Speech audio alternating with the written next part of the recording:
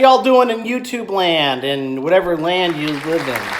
I decided to do another vlog today on the painting I've been doing. I've been cleaning the house, and I'll have to admit, in between cleaning and doing all this stuff that, you know, gotta get done, I was playing a little bit of Hearthstone. I know a lot of you guys, especially some of my subscribers, are gamers.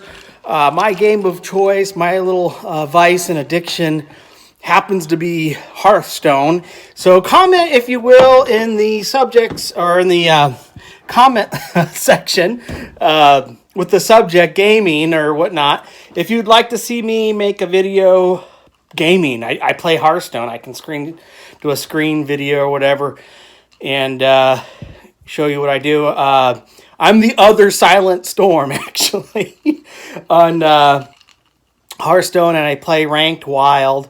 But anyway, I noticed with some of my art over the last year or so that there are some influences from gaming, especially like with some of the Blizzard games and that type of entertainment, that I get influenced in my visual, I get influenced in my way of looking at things that are not necessarily things I see in real life. It's a very different thing.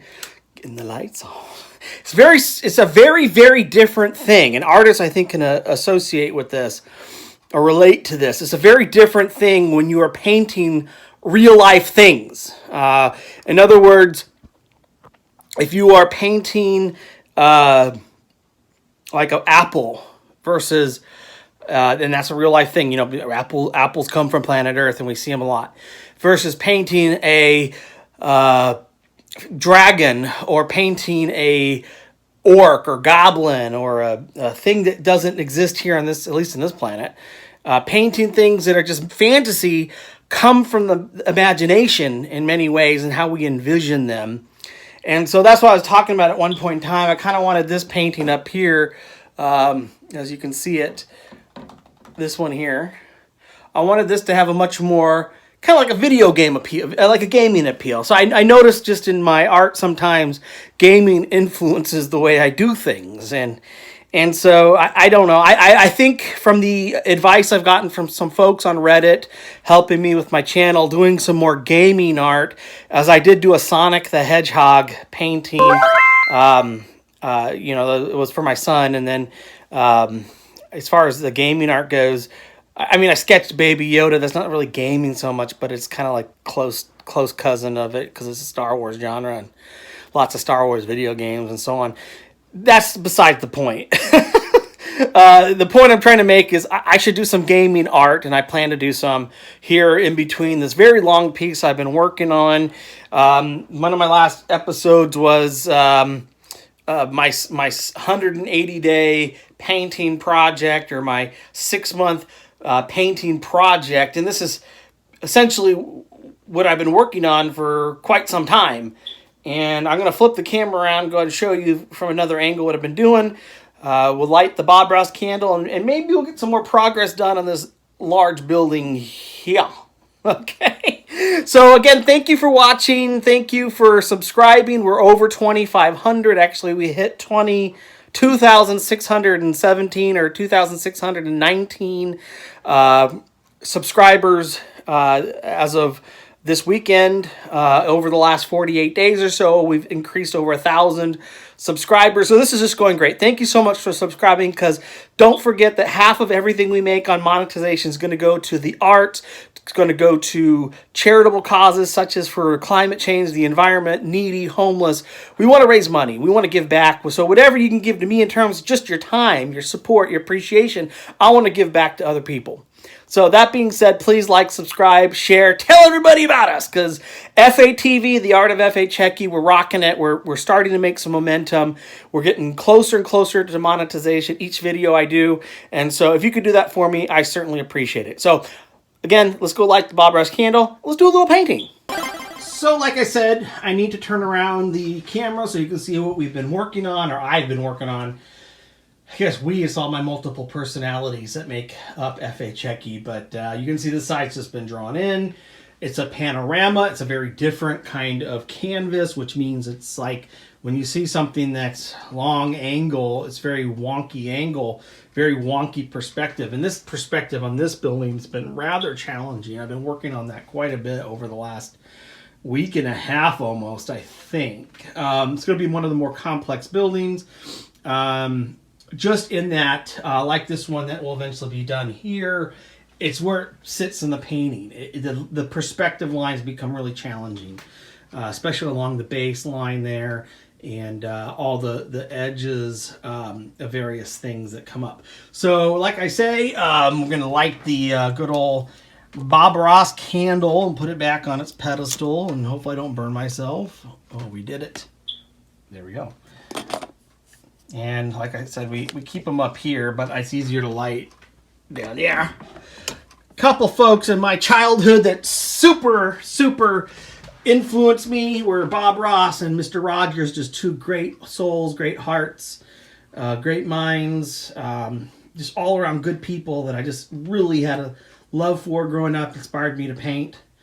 And so I light this candle just as a ritual. It's part of the show. It's kind of fun. And I think you might like how I do that each episode because it shows kind of like where I came from. And, as a kid watching Bob Ross throughout the years, I seriously enjoyed it. And his show was wonderful and such a great influence. So again, we're going to fix up some perspective lines at some point on here. It's very difficult when you have buildings at various points to get it all straight up right the first time around. But focus is here, this episode. This sort of... I guess I would call very European style building, even though this is a made up city of mine. And if you have any suggestions for the city, because this is a made up fantasy city, a perfect society, a perfect world, a perfect government and everything about it, a utopia, if you would, very much a fantasy type thing. If you have a suggestion for the name of the city, let me know. I haven't named it yet. Okay, let's get the camera set up.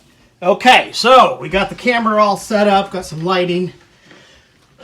Been working on this building, and I'm going to tell you something. When you have a little niche like this, a little nook, I guess I call it a niche, or a curved in facade of the building, I'm going to tell you right now, this right here, that is some challenging angling if you've never done it before. I think if you've done it many times in working with painting buildings, architecture, perhaps you'd have a much easier time with it, but not so much for me.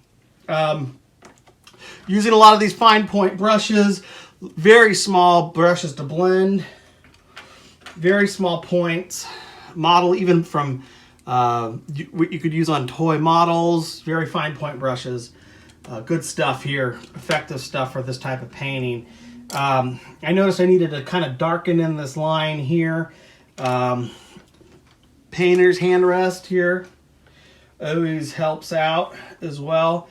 And again, as I've been explaining prior videos, we have to look at this thing and take a step back quite a bit, or else it's very easy for I think the mind to get wrapped up in its own depiction of something, okay? And how my mind sees it versus how my eye sees it, maybe somebody else's eyes.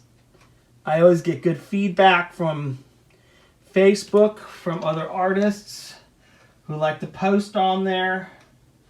I don't hear from them very often just because on my page, I don't know how many people are artists, but seems like there are some. And at any rate, I get good feedback when someone else sees something, because don't ever get insulted when a colleague or a person in your field is kindly suggesting, not just to like rip on your work, they're not knocking you down when they tell you, hey bro, you could do this and that, or hey sister, you could do this and that. It could make it look better or more effective what you're doing. And I always welcome criticism. I it hurts a little bit. I'll admit, sometimes if it's a really harsh, I hate your work, you suck type of stuff.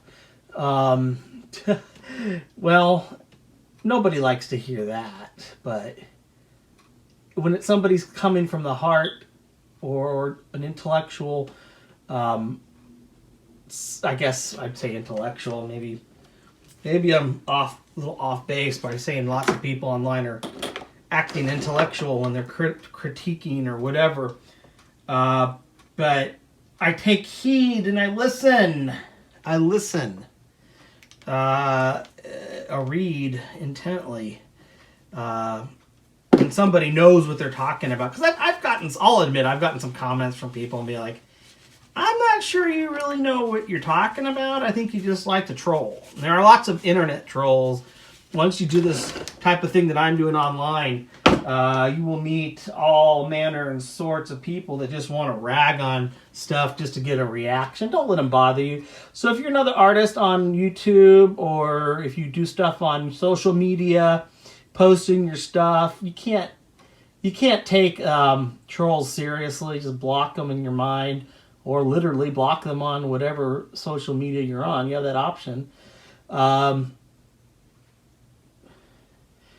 And focus on positive people, and let positive people focus on you. I made a few connections here with a few new. These are new connections. I think it was through originally on Reddit, with some vloggers on YouTube. So hello to all of you. I know one guy was really into yoga, which I really want to get into eventually. I think it'll help with my art and my balance and focus. And another guy was very much into Zen meditation and Zen philosophy, Zen Buddhism. And hello to you as well. Thank you for subscribing. If you see this video, you rock. Thank you for subscribing back. I subscribe to you because I'm really into Zen quite a bit.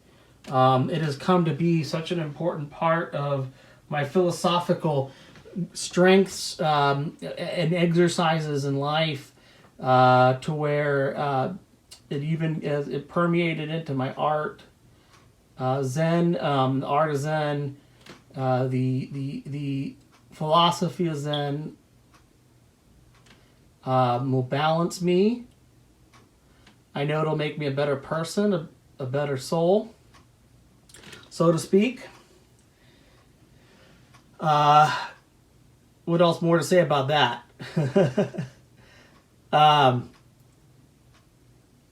What else more to say? We're talking about Zen, and I'm painting. I sometimes lose train of thought. Yeah, so Zen, sometimes, and this is really short on the subject. You will focus on everything that you do, whether it be an art or whatever the heck it is that you do. Okay? You will focus on it as to really make it the best and the most that you can do with it, because the experience really matters.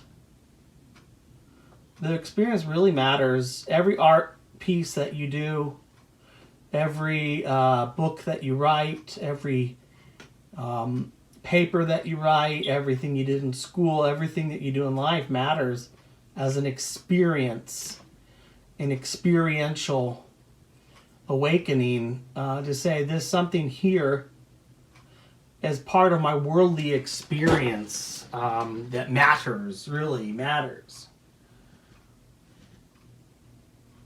And so where I'm going with that, I think Zen is really important.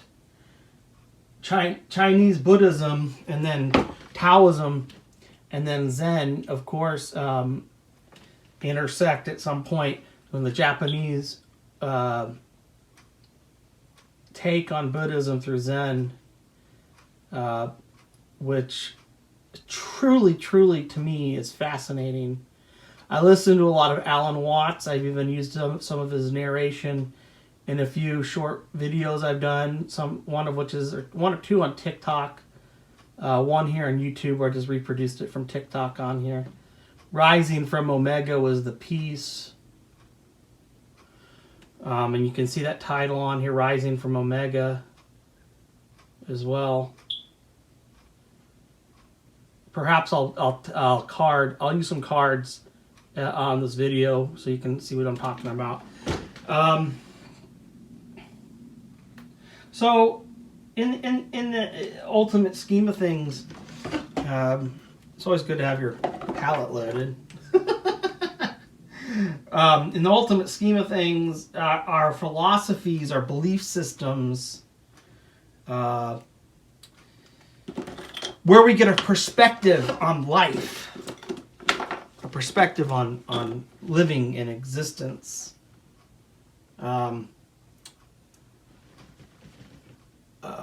where we get our spirituality, so to speak, where we get our reason to be and to do and to all these various things that I think are so much part of life.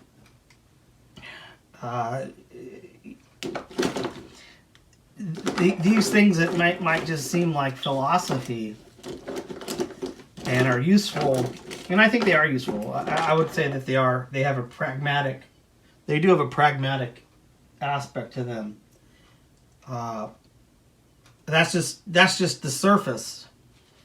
Oh yeah, sure. Zen, do everything that you do, is, you know, if in a full experience, in a full way, and look underneath the surface of everything to find truth and understanding and so on and so forth. Realizing that everything is one thing. It's all connected. It's all connected. All one thing, one moment, one just infinite cycle of being, one consciousness. All these various things, you start to get into it, and then it's like, wow, I don't know where to go with this now. What I'm trying to say is, it's like, shoot, you just learned something. How now my art's getting influenced by it. Well, what happened during the Middle Ages? For those of you who are the Middle Ages, Renaissance. What did you see in all kinds of art? What did you see in art, folks? You know what I'm talking about. You know what I'm talking about. The art then, the art of the Renaissance, the Middle Ages is just replete with religious, lots of religious things. You know that if you go to a museum. Okay, so there's no disconnect between philosophy either. You see also in the Renaissance, they woke up, or they resurrected the philosophies of Socrates, Plato, Aristotle, the Greeks, the great philosophers of Europe's past in ancient Greece. Which, speaking of which, my next series is going to be based on Greek mythology, and ancient Greece is going to be the main focus of the next series I get into for 2020. Kind of a rebirth year of sorts. But going back to what I was saying, in the Renaissance times, you'd see, the School of Athens and all these Renaissance paintings involving important Greek figures, Greek mythology. It was all suppressed by the Catholic Church. They kept it hidden for many years from the population. Eventually, learned people and the nobles started to get educated in their universities like we have today. Emerging people started studying this stuff again. And I'm telling you, this rebirth, this Renaissance is a rebirth. We see so much art, and this rebirth is so... Sometimes you get a stone effect by this little tapping effect that I'm doing right here. And that's all I'm doing, is kind of bringing in some of the shadow work here up to a certain point. But the tapping sometimes helps, so it makes it not so flat.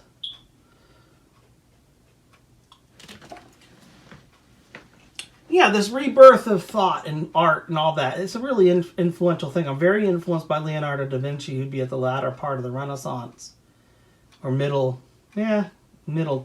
part, latter part, I think. Don't quote me on that. But at any rate, if you are an art lover or one who appreciates the art of any caliber or persuasion or whatever, collector, artist, if you are a patron of the arts, whatever you are, I think you all still look back sometimes and say, these people in the Renaissance were doing something that was remarkable. And look at that evolution of art. Things get really funky in the 20th century, but between the Renaissance era and the Romance period of the 1800s or the 19th century, where we see a lot more nature in art as opposed to just people. And before that, in the 1700s, neoclassical, so we see a lot more realism. Realism was in vogue. And the realism carries over just more to nature themes and bringing back more of this mythology and occult type stuff, maybe perhaps, if you want to call it that, in the art, with the darker elements of life.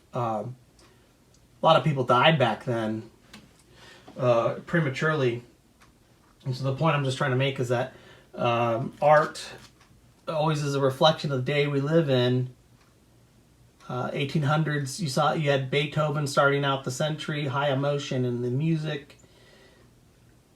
Neoclassical with Mozart, where lots of realism, precision was so important. My God, your paintings had to look just like the real object, just like they started doing in the Renaissance period, painting people to look, so real. And then it reached its height in the neoclassical period, the 1700s. And like I said, 1800s, you get Romance period, still a lot of realism, but then people integrating the nature and a romance of high emotion into the artwork. Depressing themes. It was in vogue back in the if I remember right, in the 1800s, around the time of Abraham Lincoln, after the wars of 1848 and all that, the European wars, Napoleonic wars, in the middle part of the 19th century, it was very in vogue to be depressed. Goth people are not anything new. I think that's why they associate so well with that 1800s.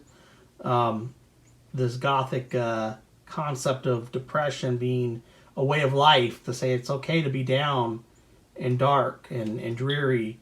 It's a way of living, because life is dark and dreary, especially back then when people, like I said, people dying all the time, wars all the time.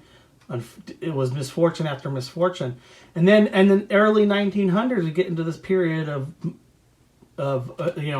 from the late 1800s to early 1900s, the Impressionism, Van Gogh, Monet, Manet, Matisse, all these painters paint very colorful, impressionistic works that's using lots of colors and just things that they saw in real life. They just illustrated in a way that the mind loved to see it, and the way that the mind appreciated it. To say it does not have to look real. It has to look beautiful. The way my memories might have captured that, or the way my eyes see it in a way of just the reflection of light. That's just or not so ornate and realistic, but just beautiful. I want to appreciate the beauty of what it is through color and form that just represents it and looks mostly like it. Okay. And then you get into modern art in the early 1900s. So we get nihilism in the time of the Russian Revolution, the revolutions of the communist revolution in Russia. the nihilistic period, people are just like, no, we had no idea what to believe in. We don't believe in anything anymore. It's like everything. What's the point of anything? People are like disillusioned, and the world just seems to have less meaning. God is dead. You get Nietzsche, Friedrich Nietzsche. God is dead. I gave you Superman was something he once said. He even said that, and people they're yearning for something to believe in because Christianity was losing its strength, and people were believing in other things. So then modern art comes up, and you have Picasso, right, and all this abstract looking stuff and things that are completely different than Impressionism because it's not even looking like the thing at all. It's just all shapes and colors, and it's all weird. And then you get into postmodern art, and you get weird stuff like bananas with duct tape on the wall selling for $150,000. I don't know if you heard about that. There was literally a guy that duct taped banana on a wall and sold it for like $150,000. I'm like, oh my God. So each era that we live in represents, I think, kind of the art of the time.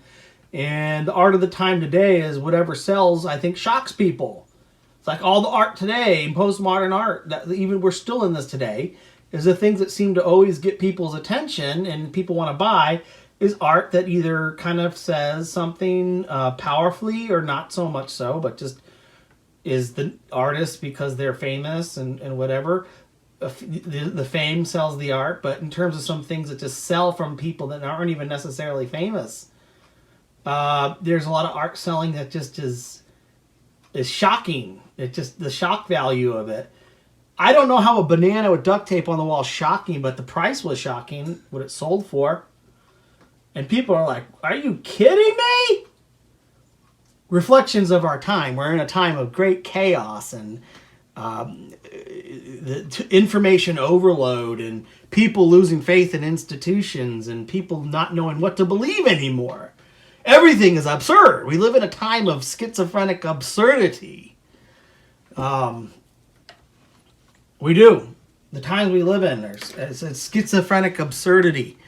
And art reflects that. So my hope, the trend in 2020, this decade, I'm not saying I'm going to set this trend, but I'm hoping artists set this trend, is to bring it back to something real. And say, it doesn't matter what people believe in. People can choose what they believe in. We all kind of create our own realities anyways. Why not fantasy? Why not the surreal and fantasy things being the images in our thoughts and our mind, our imagination? Fantasy art's been out for so long. Fantasy art's been a thing for a long time. But I think there's a niche for it. And I think there's a market for it. And that is, this might be the thing of this decade, is to say people love these characters. They love things that are made up. And are either pop culture things that are made up or something just completely made up that are not necessarily in the mainstream. But like, when we talk about fantasy, there's a whole wide range of what that is. And there's sort of this weird crossroads with sci-fi. So I'm thinking the genre of what is make believe fantasy, but traditional fantasy, because we have a set art form since before Tolkien, before Lord of the Rings, before maybe going back to the time of Jules Verne, 20,000 Leagues Under the Sea, all these crazy stories of Jules Verne back in the the 19th century, were the seeds. Even Mary Shelley's Frankenstein were the seeds back in the 19th century. And in the 20th century, you get Tolkien, who he sets the form, saying this is the format of this fantasy genre. What if that's the new thing? What if that is what people are going to gravitate to in this century, to say fantasy art was a huge thing? There were so much movies and entertainment surrounding it. Maybe I'm right, maybe I'm wrong. We'll see. We take a quick break, folks, and we'll get back to the painting.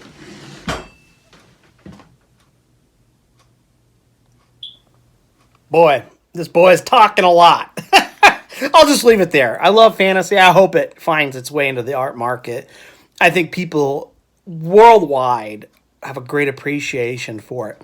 I noticed that I am getting to about 30 minutes total, and this is going to be episode 32 now of this.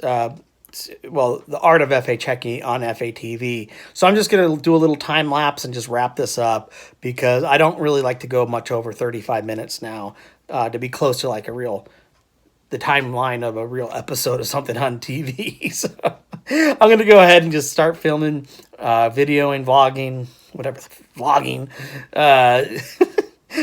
some painting, and just time lapse it, whatever I'm working on here, and just wrap up with a close.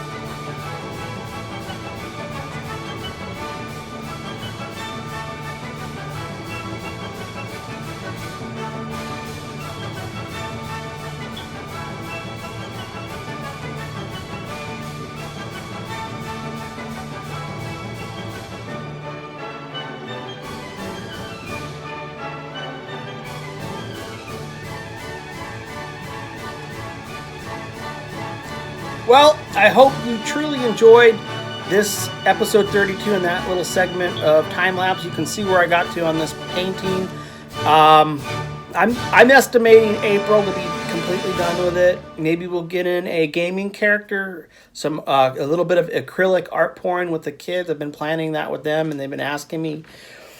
And so for now, this is all we're gonna wrap up the left side of the canvas. We're gonna start moving towards the middle, move to the right side, and that's the goal. But probably going to take me 6 months total. We got started in November on this piece, and I hope to be done.